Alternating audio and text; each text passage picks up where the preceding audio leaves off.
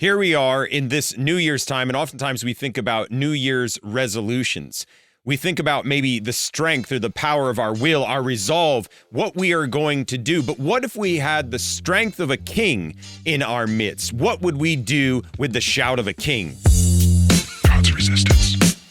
Thank you for tuning into God's Resistance. We are glad that you have tuned in with us. And this morning, we're going to be looking in Numbers 23. And I'd like to read to you one specific verse and then expound a thought of that. And that is right here, Numbers 23, verse 21.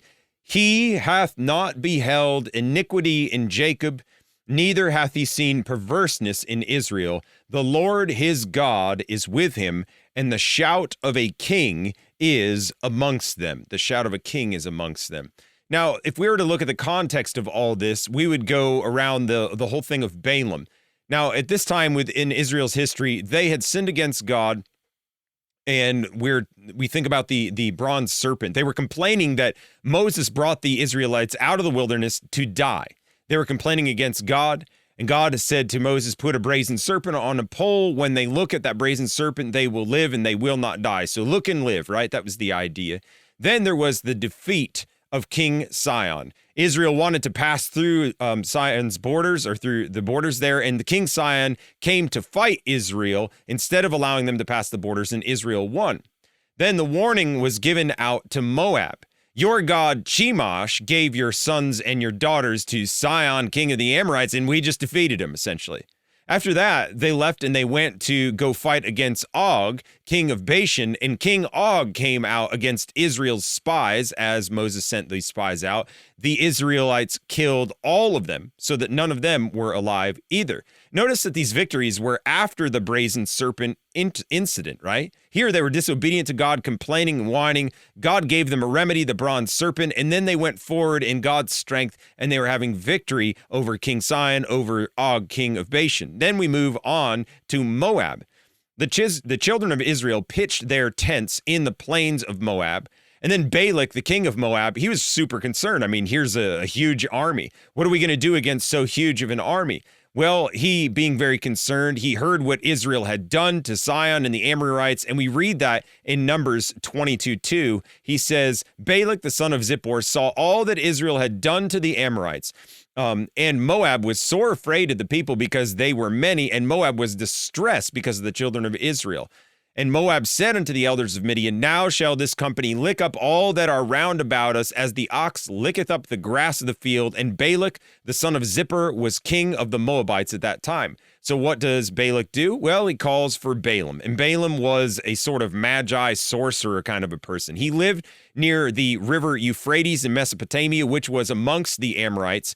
And it was about 18 or 20 days' journey from the plains of Moab to where Balaam lived. Incidentally, this guy in history, Manes, who was the Gnostic who had a cult following, whom Augustine was a Manichaean, named after Manes, before conversion, and then Augustine seemed to go back into Manichaeism again. He was from this same area. Soothsayers still, that helps us to realize, soothsayers still know the truth of God, and they end up poisoning the church, just like Balaam did. He knew the true God, but he was mixed in with divination and other strange things. So he was a soothsayer also, according to Joshua 13:22. And when we read in Numbers 22:6, we read this, come now, therefore, I pray thee, curse me this people, for they're too mighty for me. Peradventure I shall prevail, that we may smite them, and that I may drive them out of the land. For I wot that he whom thou blessest is blessed, and he whom thou cursest is cursed. And the elders of Moab and the elders of Midian departed with the rewards of divination in their hand, and they came unto Balaam and spake unto him the words of Balak. So Balaam is approached by Moab's princes, sent by King Balak to curse Israel. God tells Balaam not to go and curse the people because they're blessed, and all the curses in the world will not avail if God's blessing is upon us. Balaam initially refuses, but Balak sends more influential princes, tempting Balaam with honor and riches. I just want to let you know you can't buy off the Lord no matter how much riches you have. But then Balaam agrees, but says he can only speak what God instructs. So on the journey, he's on his way, and an angel blocks Balaam's path, unseen by him, but visible to his donkey. Balaam, frustrated with his donkey, strikes the donkey, which then starts talking to him and reveals that the angel, the angel of the Lord, is right there in the midst. Balaam then acknowledges his error, and then the angel permits him to continue, but only to speak God's words. In other words, you can go, but just say what I tell you to say, not whatever you want to say. So Balaam arrives, and Balak questions his delay, and Balaam emphasizes he can only speak what God directs. So Balak takes Balaam first to a high place to view the people of Israel preparing for what is about to happen. So then Balaam, he goes with him, he tries to obey Balak, which leads us to the first oracle of Balaam. So Balaam being taken to that high place, and let me just back that up for a second. There was an idea in those cultures at that time that gods were somewhat geographical and that they had power over certain geographical locations. So let's take them up to this high place here. Maybe God will listen to us as we're at this high place. Both of them then offer one ox and one bullock on 7 altars combined. That is Balak and Balaam. Balaam then says, okay, stay here. I'm going to go find out what God will say. So God tells Balaam, you tell Balak this. And we find this in Numbers 23, 7 and 10.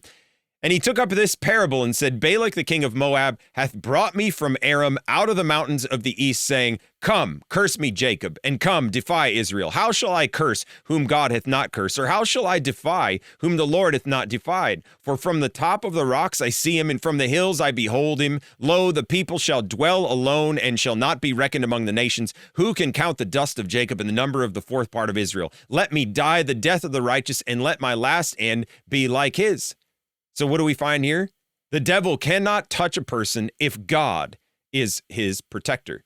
So Satan can only go as far as God permits him. And we're told here about Israel that they are not reckoned among the nations. God has his eye on his people. They had a peculiar blessing that the other nations of the world did not have. But God made them a mighty nation. And what happens? Balaam sees the blessing of the Lord upon Israel and says he wishes to die righteous and to be in God's favor just like them. He saw the glory of God upon this people, and instead of cursing them, he was in wonder of it and desired after whatever this glory, whatever this manifestation of the glory of God was on me. He was thinking, man, I want to be like them. I want to die the righteous death like they will. Balak then says, I employed you to curse me, or to curse them rather, and you didn't curse them. You blessed them instead. You know, men have one intention, but God has his intentions. Balaam said, I can only speak what God's put in my mouth. So it doesn't matter what you say or how upset you are. If you want me to, I told you from the beginning that all I could do was say what God says. So then we move on to the second oracle of Balaam. Balak says, okay, well, let's go to this other place and see if God changes his mind and maybe he'll curse them from this place. And I think to myself, you know, the devil tries to build up little things. You know, he tries to attack us one way and it doesn't work. So let me get that Christian from another angle. Let me come from another angle. Maybe I'll come from another angle and then they'll fall. It reminds me of 2 verses. For thou, O Lord, art a shield to me, the glory and the lifter up of my head. Or another verse that says a wall, that God would be a wall of fire around his people. But, you know, Balak brought him up to this other place and he said, you basically aren't going to see the entire camp from up here. You're just going to see their utmost part. And it seems to be Balaam had previously said in the first time that who can count the dust of the children of Jacob? So maybe Balak thought the sight of all Israel and that multitude of people intimidated Balaam to bless instead of curse Israel.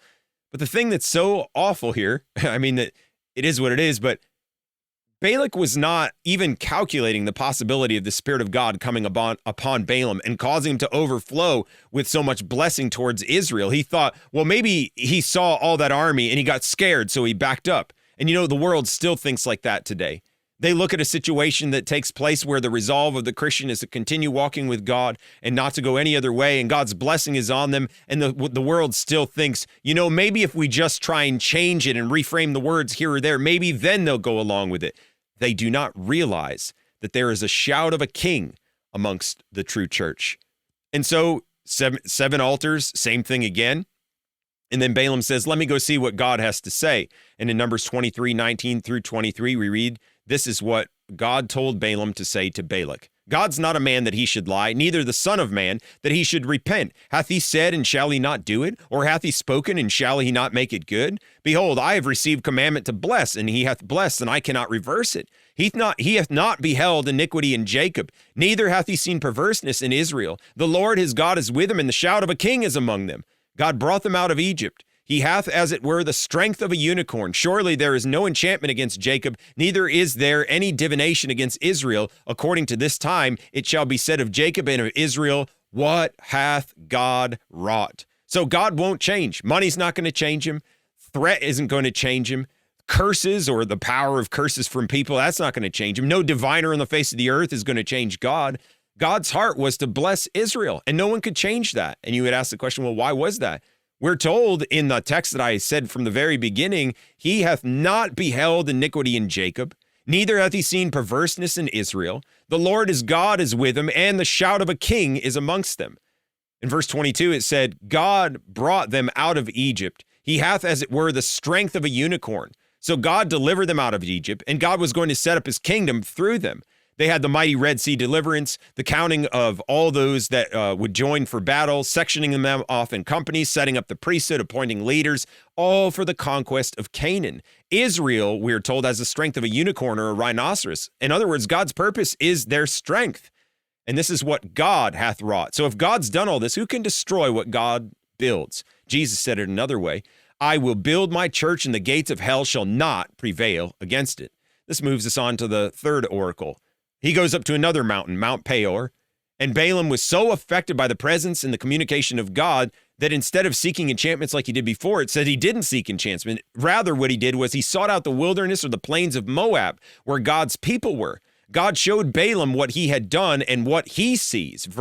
Numbers 24, 5-9. How goodly are thy tents, O Jacob, and thy tabernacles, O Israel. As the valleys are, they spread forth as gardens by the riverside, as the trees of line aloes, which the Lord hath planted, and as cedar trees beside the water. He shall pour the water out of his buckets, and his seed shall be in many waters, and his king shall be higher than Agag, and his kingdom shall be exalted. God brought him forth out of Egypt. He hath, as it were, the strength of an unicorn. He shall eat up the nations his enemies, and shall break their bones and pierce them through with his arrows. He couched, he lay down as a lion and as a great lion. Who shall stir him up? Blessed is he that blesseth thee, and cursed is he that curseth thee. So he talks about his seed here. In other words, God's people will dwell in many waters. That's amongst many people throughout the face of the whole earth. He talks about a king there that's going to be greater than Agag. And Agag was like a title like Caesar or a czar or something like that. Agag was the king of the Amalekites, and that kingdom was at the zenith of its power at this time. But we're told there's going to be a greater king. That's Christ.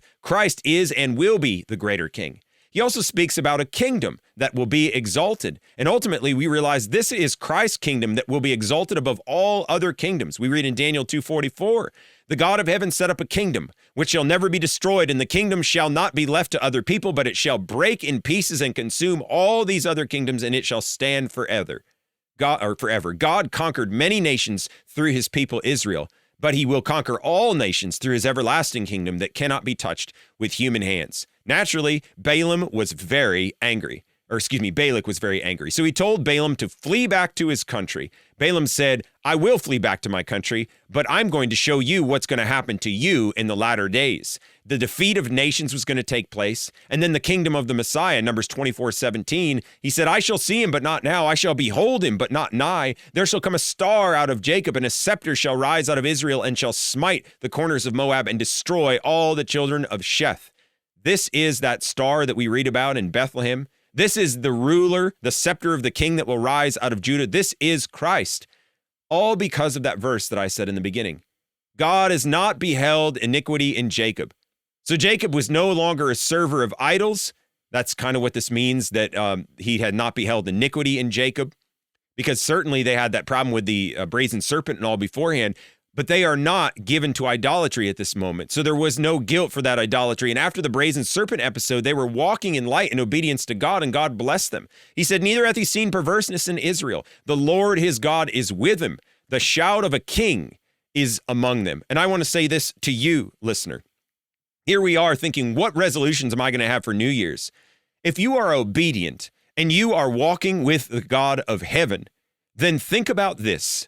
No matter what the devil does, No matter what angles he may try to destroy you, to destroy his church, the shout of a king is in our midst. The shout of the King Jesus is in our midst. So let the devil boast. Let all the world go crazy around us. We have the King of Kings in our midst. Let's walk with him.